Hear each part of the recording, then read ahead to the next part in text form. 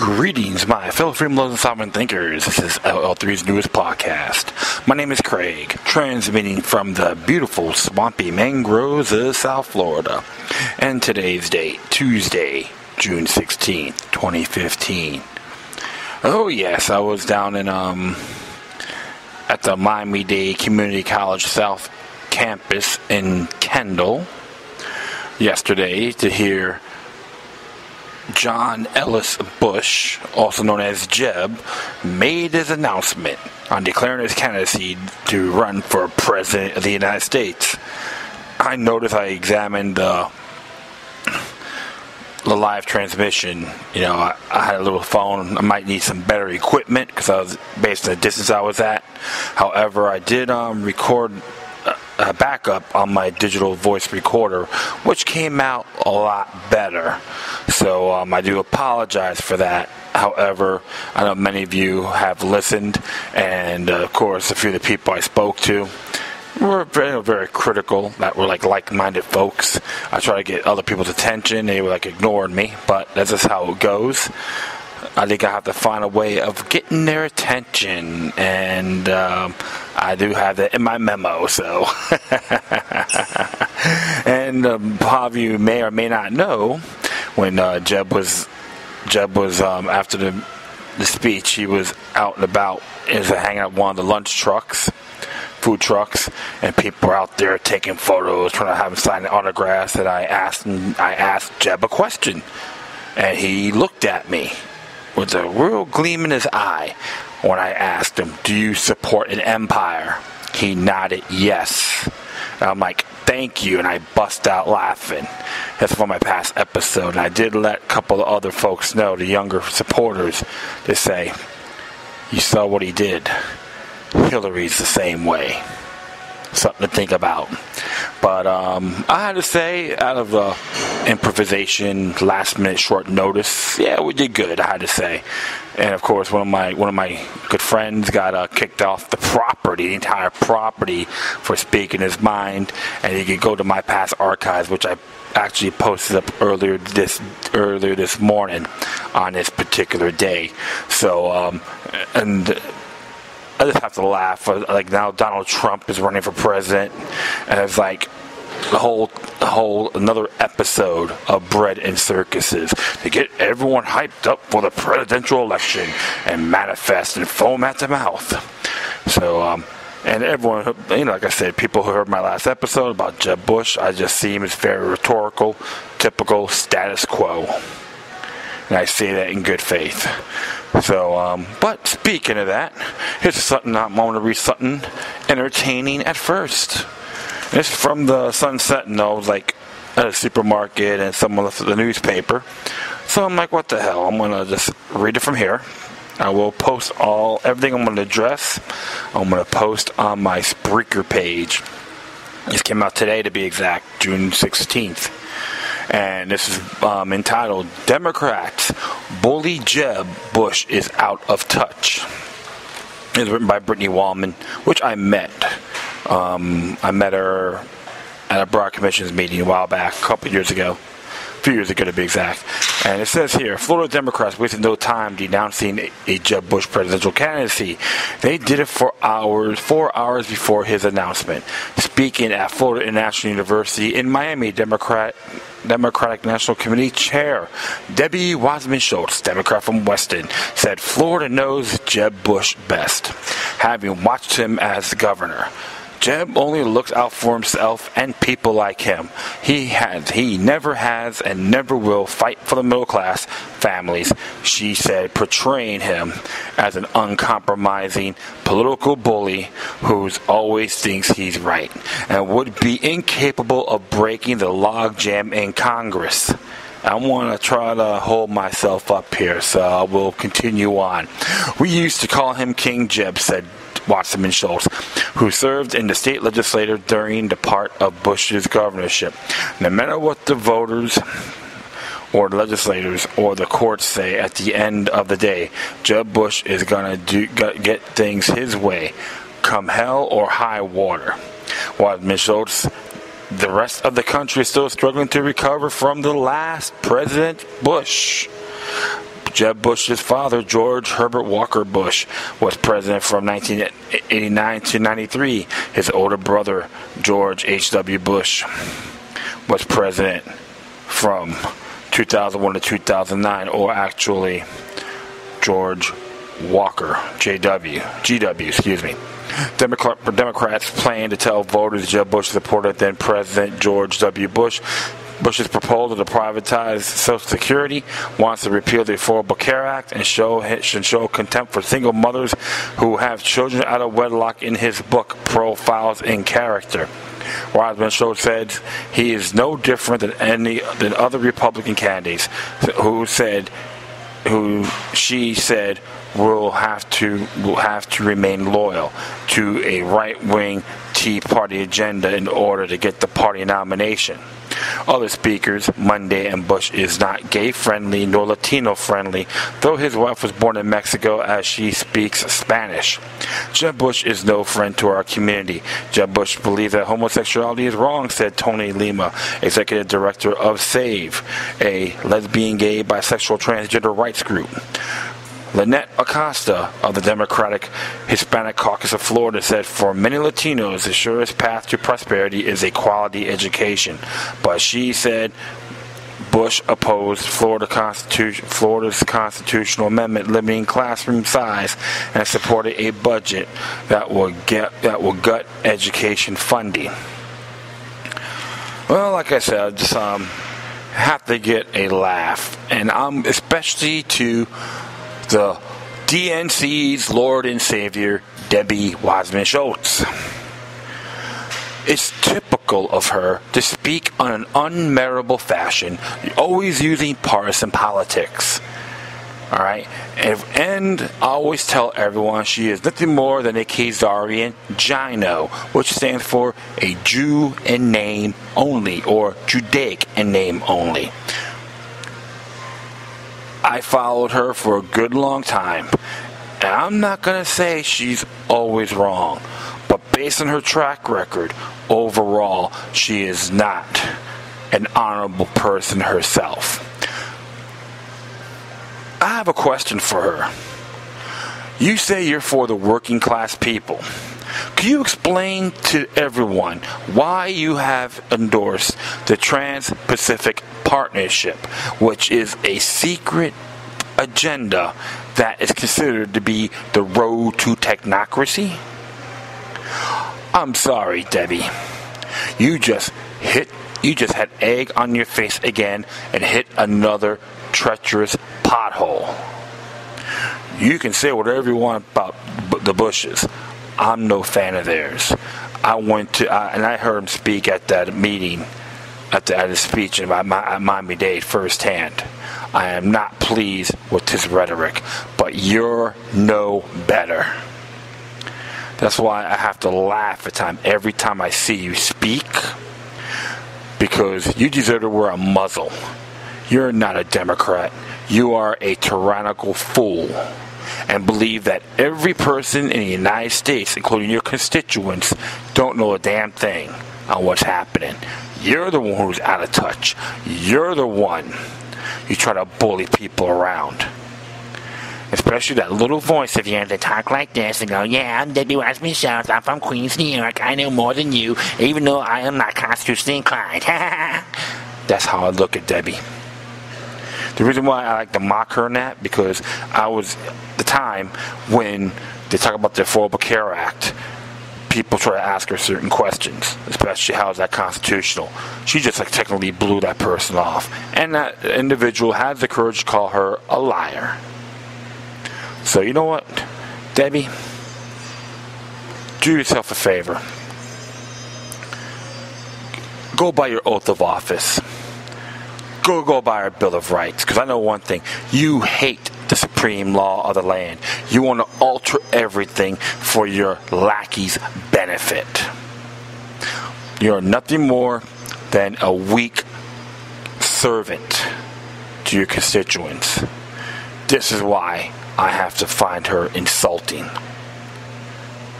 And I'll say this: a lot of people, a lot of Hispanics are out there. Absolutely, there are a lot out there speaking, supporting this man. Okay? But you're going to say this person's not Latino. I'll say this. You're non-union friendly. You want to use the AFL-CIO to get your way. You know what I say? I'm gonna let my brothers and sisters know from the AFL-CIO, don't support this Jezebelian wench until she shows us her card. That is you, Debbie Wasserman Schultz. And even you try to say he's part of the Tea Party or involved with the Tea Party or Tea Party agenda, give me a break. I'll say this about the Tea Party. I have my disagreements with them, don't get me wrong, but I know a lot of them did not like the Bushes. They all know he's a neocon. They're learning too. But you're going to try to put that together with Jeb? You're the one who's out of touch. And do me a favor. Step down as a chairman of the DNC and get the hell out of the House. Because a person like you contaminates space. And furthermore, you don't even have the guts to go to a town meeting to speak to your constituents. And I have to say, the other hand, to the other supporters, Lavette Costa, they may have some good points. And Tony Lima, look at it this way. That's his opinion. Jeb Bush has an opinion, believe that homosexuality is wrong. But you know what? I may not have to agree with some of the practices, but I want to treat everyone as an individual. So don't play your little partisan politics game in your unidimensional platform, because people are waking up. This is why I am not really friendly when it comes to these political figureheads. And you can quote that. And you can send this to Debbie Wasserman Schultz for all I care. Because you know why? Let her hear herself. Deep down inside, she knows I'm right. Alright, well, the next one here. I'm trying to find out what I got here. Oh, wait. Oh, yeah.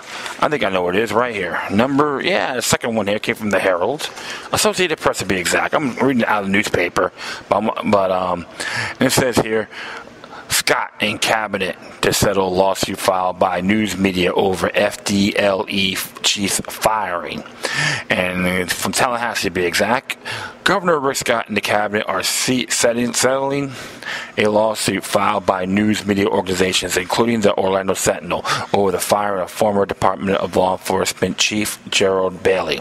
The governor and the cabinet are expected to approve next week with the mediation agreement, which also requires the state to pay $55,000 in attorney fees.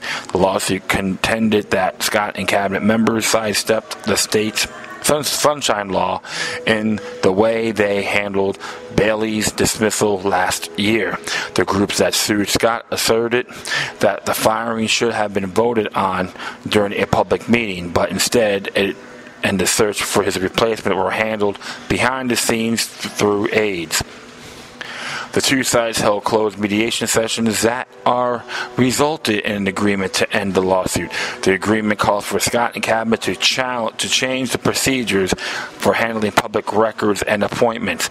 Senior staff and as well as Scott and cabinet members will be required to promptly forward any public records they receive on private email accounts. Woo-hoo. Flip-flop Rick Scott.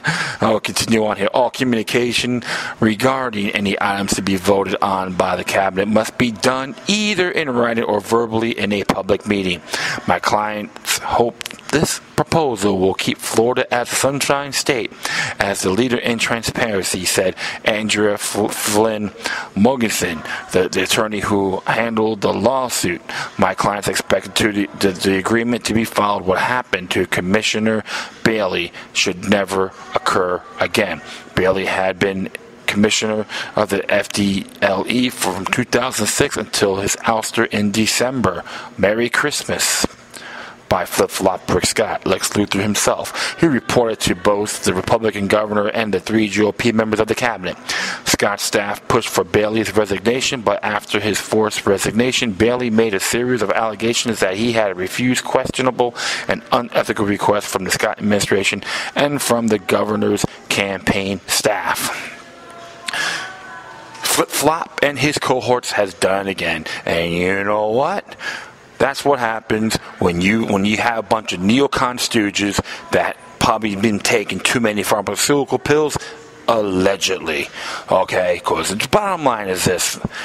They should have always been transparent, period. And here's a reason why. And fortunately, I have this under Article 1, Section 24. Yes. Of the Florida Constitution. As it says here. Access to public records and meetings. A. Every person has the right to inspect or copy any public record made or received in connection with the official business of any public body, officer, or employee of the state or persons acting on their behalf, except with respect to records exempt pursuant to this section or specifically made confidential by this Constitution. This section specifically includes legislative, executive, and judicial branches of government and agencies or department created thereunder, counties, municipalities, and districts, and each constitutional officer, board, and commission or entity created pursuant to the law of this Constitution. So, right there is self-explanatory, no exceptions. That is the Sunshine Law. And of course, you got Rick Scott and his stooge, some of his particular stooges in the cabinet are constitutionally illiterate. So how many times are you going to be breaching their oath of office under Article 2, Section 5 of the same document to uphold, protect, and defend both U.S. and Florida constitutions? Well, you fumbled again because you're just a bunch of flip-flopping stooges and believe that we're just a bunch of morons once again. This is why I did not support Rick Scott twice. And this is another reason why I'm not a big fan of Pam Bondi. Everyone should go applaud for Pam Bondi, who is endorsing Jeb Bush to be president of the United States. Is another pain, another pimple of tyranny when it comes to the state level.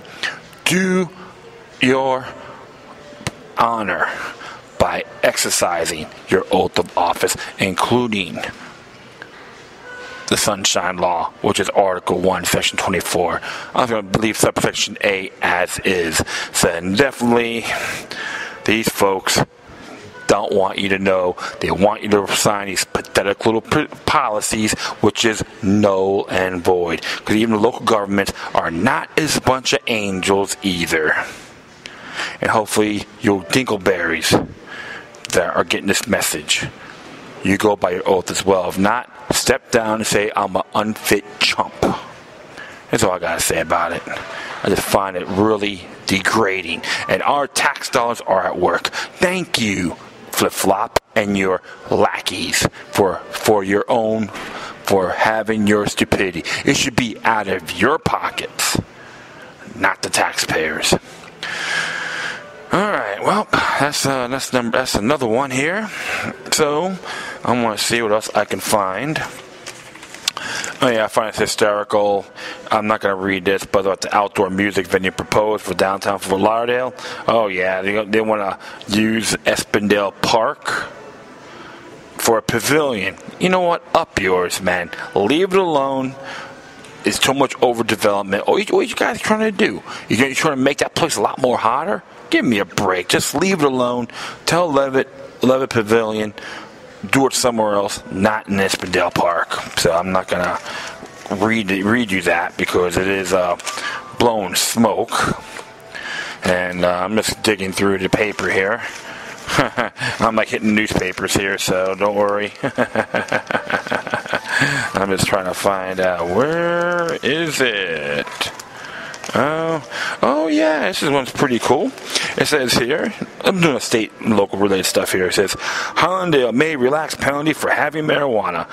This is by Susanna Bryan. And it says here, from the Sun Sentinel again, it says here, people caught with a bag of marijuana weighing less than 20 grams would face a fine instead of arrest under a plan pushed by Commissioner Keith London. Hallandale Beach may be the first city in Broward to embrace the relaxed law. London said he has been following a similar push by elected leaders in Miami Beach and Miami-Dade County to treat misdemeanor possession of marijuana as a civil offense with a $100 fine. Miami-Dade commissioners are expected to vote on the plan June 30th. Miami Beach has already given, hold on here, Yep. Preliminary approval to a similar proposal. If it is good enough for Miami Beach, why isn't it good enough for Hallandale? London asked before the pitching the idea to a commissioners during a city hall meeting Monday evening. These aren't dealers, London said. This doesn't change state law in any form, but it gives some discretion to the police department. Hallandale Beach commissioners agreed to bring London's proposal back for a formal vote at a later date. Officers would make the final decision on whether to make an arrest or issue the fine. So, Hallandale Beach Police Chief Dwayne Flournoy said the plan warranted a worthwhile discussion, but he stopped short of saying it was a good idea. Some people may think it's a money grab. Flournoy said, I do believe these cases don't need to be a clogging up the courts and police resources. The devil is in the details. Flournoy and the staff at City Hall will be tasked with researching how the program would work. The chief questioned whether a fine would be appropriate for someone who already has a criminal record. He also wondered whether a fine would be issued to a person more than once. Still, he predicted the relaxed rules might find favor with other cities throughout South Florida.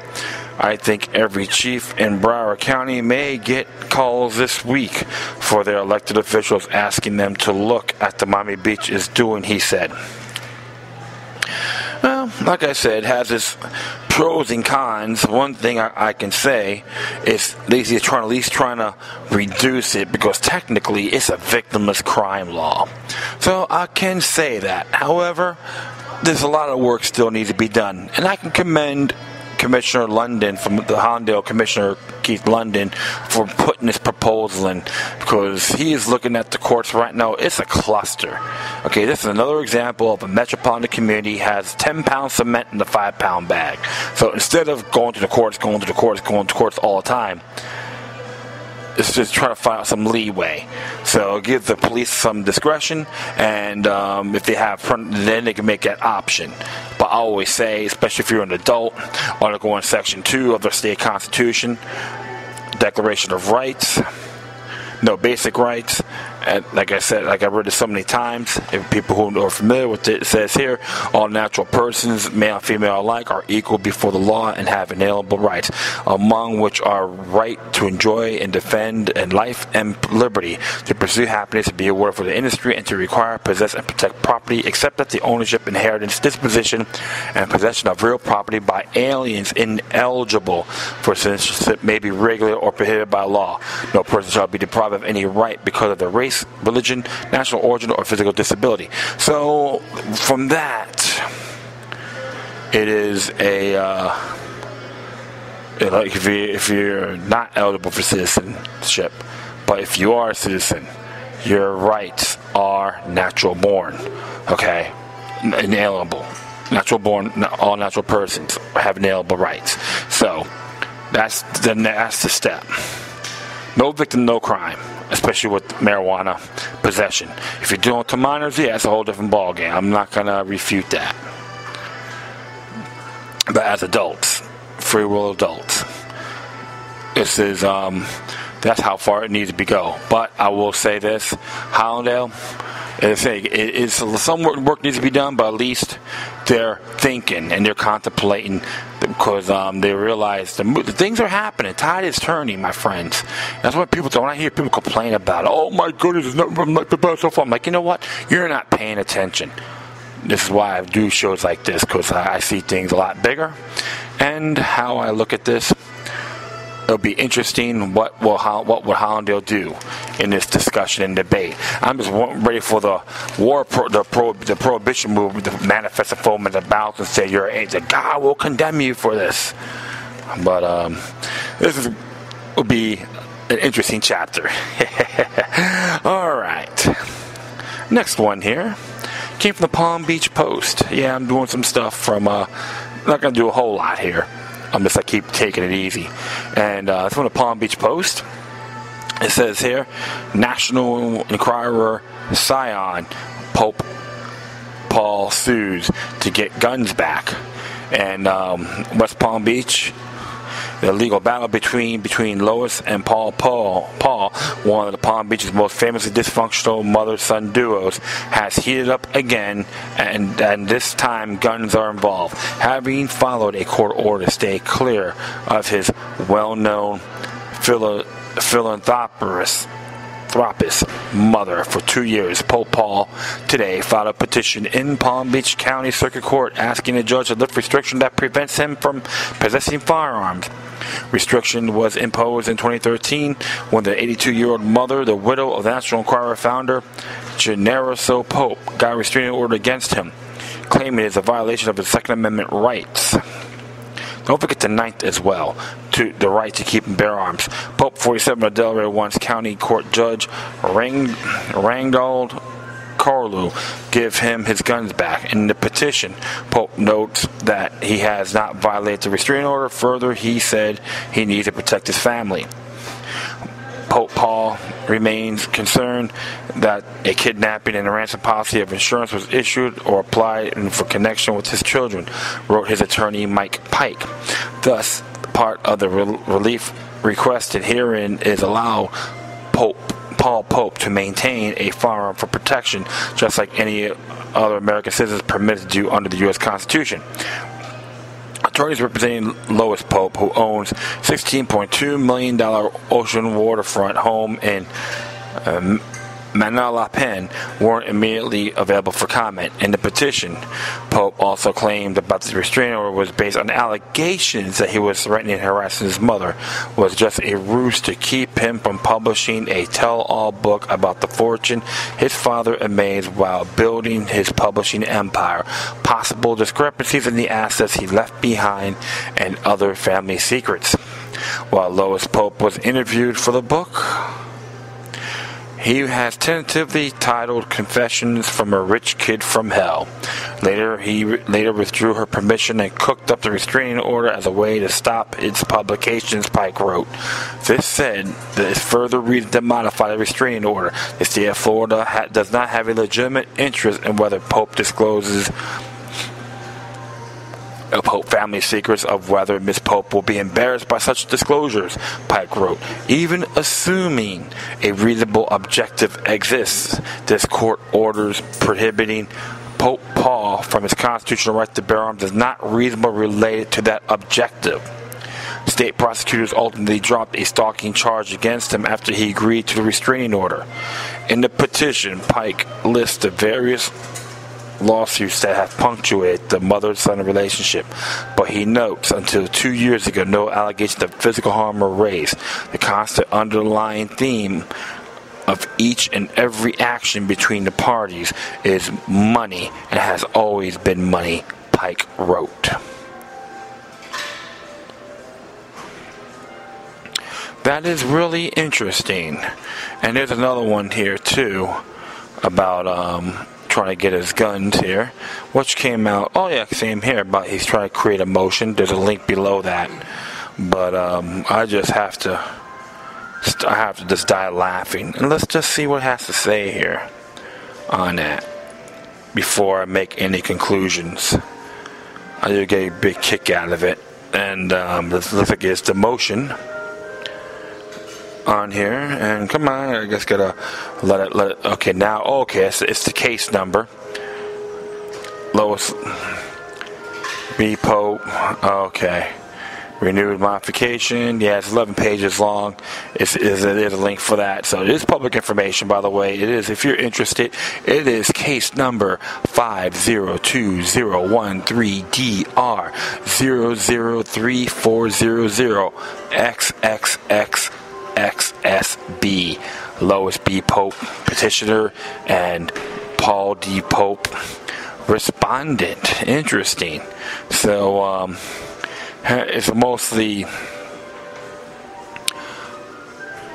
a lot of like irrelevancies here in my observation, but it's, I don't know. I don't even know these. I don't even know the family, so I can't really make any judgment.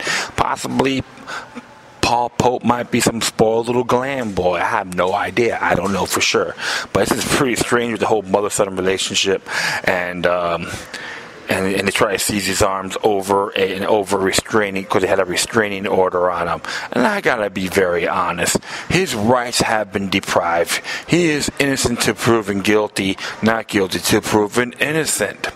And of course, the Ninth Amendment of the U.S. Constitution has been violated, and the Fifth.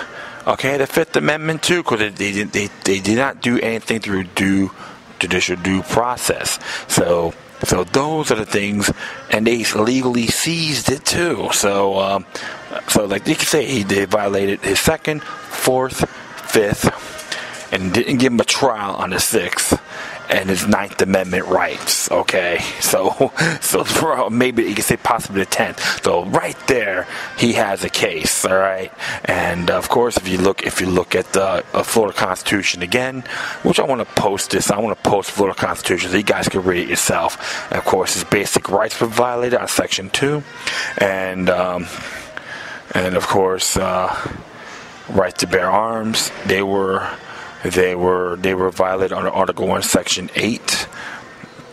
Okay, due process. This is interesting. No person shall be deprived life, liberty, or property without due process of law, or be twice put in jeopardy for the same offense, or be compliant in any criminal matter to be a witness against himself. So right there, it is Article 1, Section 9 of the Florida Constitution. The due process, his rights have been deprived under that. And of course, the bill obtainer of ex post facto law, impairing the obligation of contract, shall be passed. So yeah, that's been I say that my observation has been violated as well. So those are like the main things. And if he really want to pursue this, he can take these people to court, because his rights got violated under Title 42 U.S. Code Section 1983, that his constitutional rights, he could be compensated. So imagine taking this to court.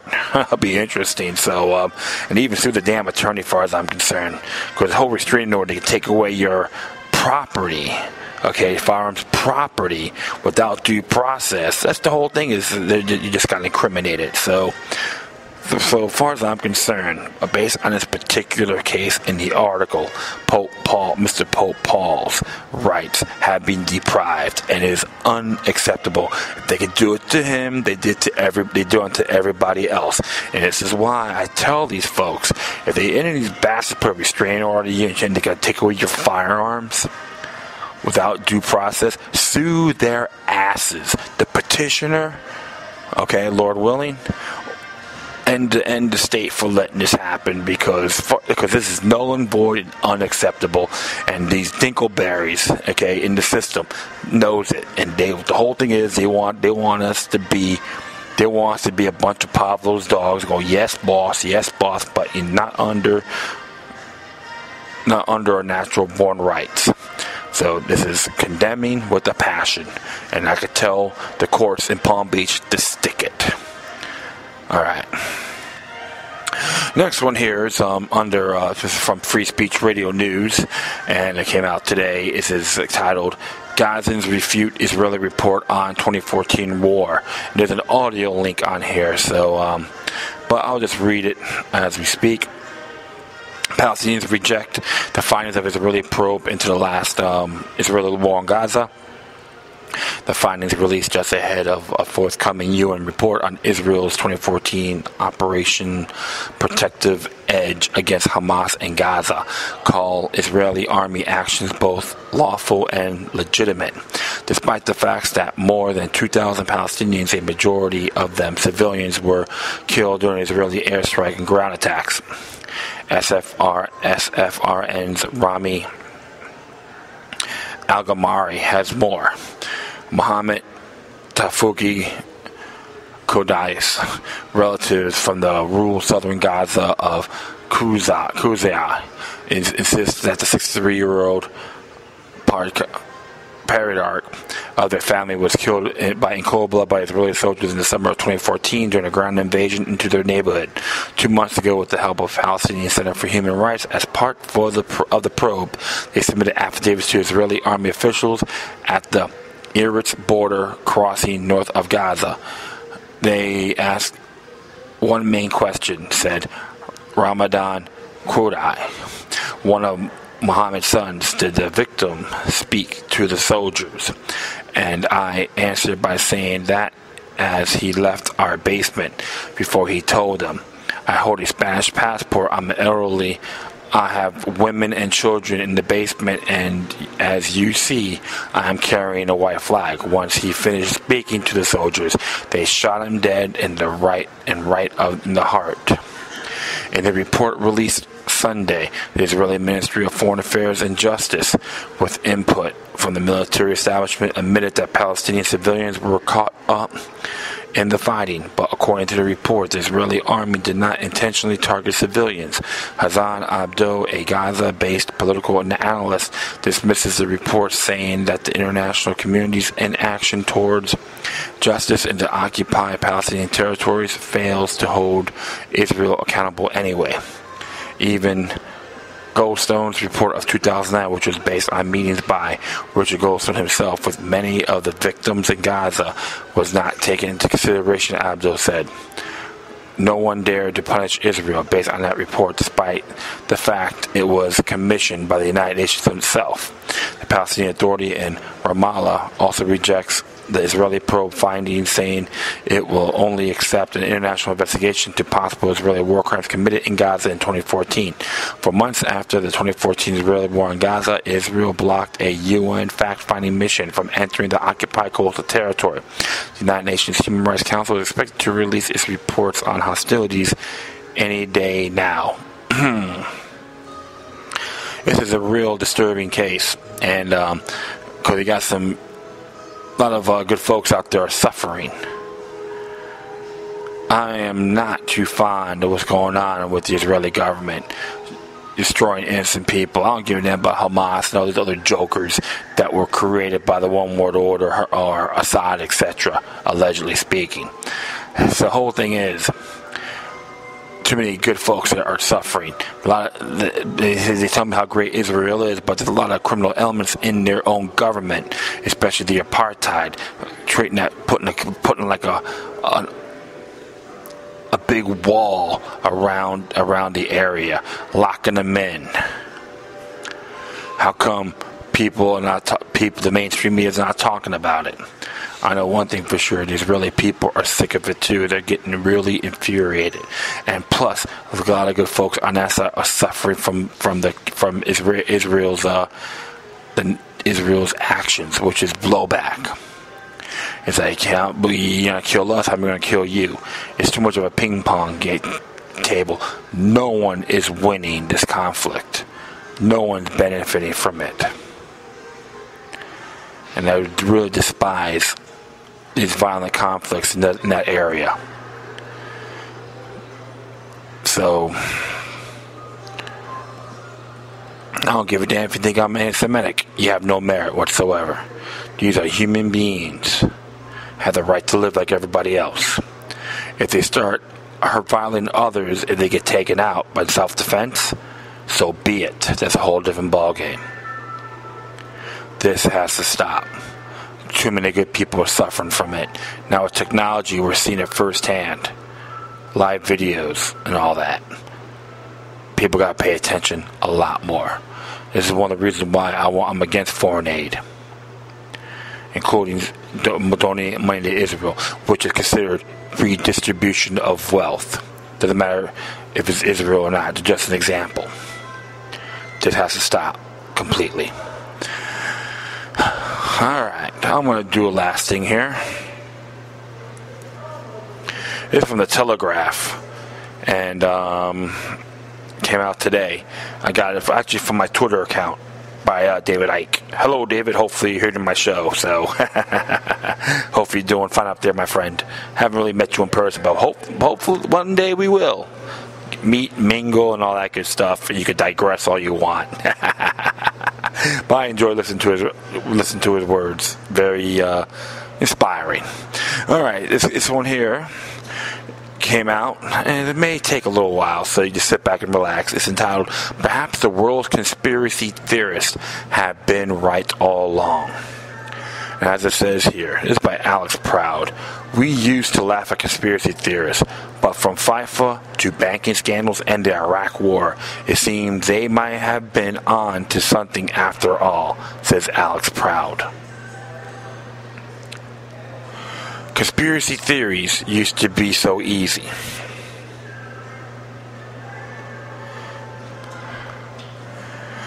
You have your mate who, after a few beers, will tell you that the moon landings were fake, or that the Illuminati controlled everything, that the U.S. government was holding alien autopsies in Area 51, and you be able to dismiss this because it's all rubbish. Look, you say, ooh, hold on here. We have moon rock samples and pictures. We left laser reflectors on the surface, and basically you still don't believe me, but that's because you're mad and no proof on Earth or the moon would satisfy you. It is true, there's always the big one. Wasn't quite so easily dismissed. This was the Kennedy assassination, but here you could be fairly sure that the whole thing was terrible, impenetrable, murky morass. You knew that some things never would be known, or would be released partially redacted by the CIA 200 years in the future, and you knew that whatever the truth was, it was probably a bit dull compared to your mates' fights of fantasy involving the KGB, the Mafia, and the military-industrial complex. Besides, it all made for a lot very entertaining films and books. This nice cozy state of affairs lasted until the early 2000s, but then something changed. These days, conspiracy theories don't look so crazy, and conspiracy theorists don't look like crackpots. In fact, today's conspiracy theory is tomorrow's news headline. It's tempting, I suppose, to say we live in the golden age of conspiracy theories, although it's not really golden for the architects of the conspiracies. From the Iraq War to FIFA to the banking crisis, the truth is not only out there, but it's more outlandish than anything we could have made up. Of course, our real-life conspiracies aren't much like XDX files. They're disappointingly short on aliens and the supernatural. Rather, they're more like John Le Carre books. Shady dealings by powerful people who want nothing more than to line their profits at the expense of others. The abuse of power. Crazy ideologues who try to create their own facts for fun and profit. Corporations supplanting governments via regulatory capture. So, what are some of the biggest conspiracies? The Iraq War, the most disgusting abuse of power in a generation, and a moral quagmire that never ends. America is attacked by terrorists and so declares war on a country that had nothing whatsoever to do with the attacks, while ignoring an oil-rich ally which had everything to do with them. The justification of the war is based on some witch's brew of faulty intelligence, concoded intelligence, and ignore good intelligence. Decent people are forced to lie on an international stage. All sensible advice is ignored, and in rapid neocon draft dodgers hold sway on military matters. The UK joins this full errand for no good reason. Blood is spilled and the treasure is spent. The result is a disaster that was predicted by Middle Eastern experts, post-conflict planners, and several million members of the public. Thousands of Allied troops and hundreds of thousands of blameless Iraqis are killed, although plenty of companies and individuals benefited from the US dollar that was shipped out, literally by the ton. More recently, Iraq, now in a far worse state than it was ever under any dictator, has become an incubator for more terrorists, which is a special kind of geopolitical irony lost entirely on the war supporters. And yet, we can't really bring ourselves to hold anyone accountable. Apportioning responsibility would be difficult, painful, and inconvenient. So we shrug as the men behind all this enjoy their well-upholstered retirements despite of being directly and personally responsible for hundreds of thousands of deaths and trillions of wasted dollars. And the slow drip of revelations continue, largely ignored by the public, despite the horrendous costs in which in the UK could have spent on things like the NHS or properly equipping our armed forces. FIFA, the conspiracy du jour. We always knew that FIFA was shonky and bribery, but most of us thought but more outlandish claims were just that. Not so. As it turns out, FIFA is a giant corruption machine, and it now looks like every World Cup in the last 3 decades, even the ones we were cool about, like South Africa, could have been fixes. Plus, on the side, it seems that something may be done, but it'll be far too late to help honest footballing nations who missed their moment in the sun. For those who said it's only a stupid sport, well, recently we heard accusations of arms deals for votes involving, wait for it, Saudi Arabia. The Saudi connection makes me wonder if soon we'll be looking for a grand unified conspiracy theory which brings together lots of other conspiracy theories under one corrupt, grubby roof. And there's a video link on here too. FIFA, a timeline of corruption in 90 seconds. Alright, we got here the banking crisis. A nice financial counterpart to Iraq. Virtually destroy the Western financial system in the name of greed. Get bailed out by the taxpayers who you've been ripping off. And then carry on as if nothing whatsoever has happened. No jail, no meaningful extra regulation. The idea of being too big to fail. As much of a joke as it was in 2005. Not even an apology. In fact, since the crisis you caused, the thing have got much better for you and worse for everyone else. Much like Iraq, no one has been held responsible or even acknowledged any wrongdoing. Again, this is partially because it's so complicated and hard, but mainly because those who caused the crisis are so well represented in the governments of the countries who bailed them out. Oh, and while we're at it, the banks played a part in the FIFA scandal. As conspiracy theorists will tell you, everything is connected. Pedophiles. The one seemed like a particularly dark and grisly thriller. At first, it was just a few rubbish light entertainers. Then there was a lot more entertainers. Then we had people muttering about the political establishment. And other counter muttering, don't be ridiculous. That's a conspiracy theory. But it wasn't. Now, as a slow-motion train crash and an endless series of glacial government inquiries, the conspiracy theorists pointed out that a lot of real stuff only seems to come out after the alleged perpetrators are dead or so senile it no longer matters. It's hard to disagree with them. It's also hard to imagine what kind of person would be so enthralled to power that they covered up child abuse. And the rest, where do you start? We look at the EU and pick anything from its rarely signed off accounts to the giant sham that let the Greece join the euro in the first place. We could look at the UK defense procurement and how we get so much less bang for our buck than France. We could peer at the cloying, incestuous relationship between the UK's political class and its media moguls, and how our leaders still fawn over a man whose poisonous control over so much of our media dates back to dodgy deals in 1981. That was denied for 30 years. We could look at the NSA and its intimate bullying relationship with tech companies, and we can go on and on and on. And there is a video for this as well. What would happen if Greece left the euro in 60 seconds? But actually, what we should be thinking is that lots of this what's happening, what you dismantle regulatory frameworks. This is what happens when you let money run riot and allow industries to police themselves. This is what happens when the rich and powerful are endlessly granted special privileges, celebrated and permitted, or even encouraged to place themselves above the law.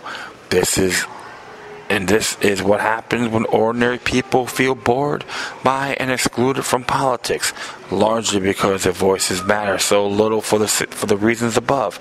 Effectively, we are living in Italy under Silvio Berlusconi. What's the most in anything? But actually, there is some hope, which number of rich and powerful people who think they can get away with anything has undoubtedly grown. Technology has made leaking much easier. WikiLeaks may not be perfect, but it's a lot better than no leaks at all. The other thing that gives me succor is the public's views on the bankers. We still hate them, which is absolutely as it should be. And slowly this contempt is starting to hurt the masters of the universe. It's notable that recently banking has started tumbling down the list of desirable careers. So I suppose the solution is simple. We need more regulation. We need more transparency. We need more public shame and disgust. We might even get the last two. Less hopeful about the first. In the X-Files, Mulder's famous catchphrase was, "I want to believe," but that's because the conspiracy theories he dealt with were rather good fun. Ours, by contrast, tend to involve an endless procession of wealthy old men abusing their power. So I don't want to believe anymore. I want my kids to grow up in a world where conspiracy theories are something you laugh at. Well. I have to give Mr. Proud credit on this, because a lot of things are conspiracy connected. And I've been doing this, I've been doing this for a good long time, questioning a lot of incidences. And I'm not ashamed of it. And there's a lot of folks ridiculed me, including some of my siblings, my loved ones. I forgive them. They repented. Especially about 9/11, which I told folks was a New World Order agenda for a good long time. They thought I was nuts, and they realized, how do you know? So you have to follow the patterns. You have to observe everything in the bigger picture. And this is why, with technology, a lot of stuff is happening. It is a big spiritual awakening that has occurred. And I am really pleased to see that. But it doesn't mean I'm not going to manifest that everything is a conspiracy theory. You have to observe everything responsibly. That's how life is. Don't just listen to what the person has to say and just go okay like Fido the dog. No, you have to examine and verify. This is what makes it unique. People did talk about FIFA. I remember even David I talk about the sex scandals, and including William Cooper and many entities that are involved, and of course the United Europe, the Club of Rome. These are facts. And the Bilderberg group, even they were like trying to go after Tucker, but God bless his soul, he survived. And many others tried to pursue it and almost got killed. These are not kooks. These are people that see the bigger picture. And if you still believe John F. Kennedy's a lone gunman, you better back it up, but not by watching the History Channel. Like I said, my friends, you always have to observe responsibly. And that is really it. I'd like to thank everyone for listening to this episode. Plus, please feel free to download and share throughout your social media network. If you have any questions, comments, compliments, criticism. Love letters, hate letters, it don't matter. Or if you want to send me information. Remember, always use it with decorum. You can hit me on Facebook, Twitter, Google+, Spreaker, and iHeartRadio. Just type in LokiLuck3. Or you can email me at LokiLuck3@gmail.com. Once again, thank you for your time. Plus, always remember that demoniac resistance is healthy for the soul and can liberate humanity. Until next time, take care of yourselves, keep on spreading the love, and may your guardian spirits be with you.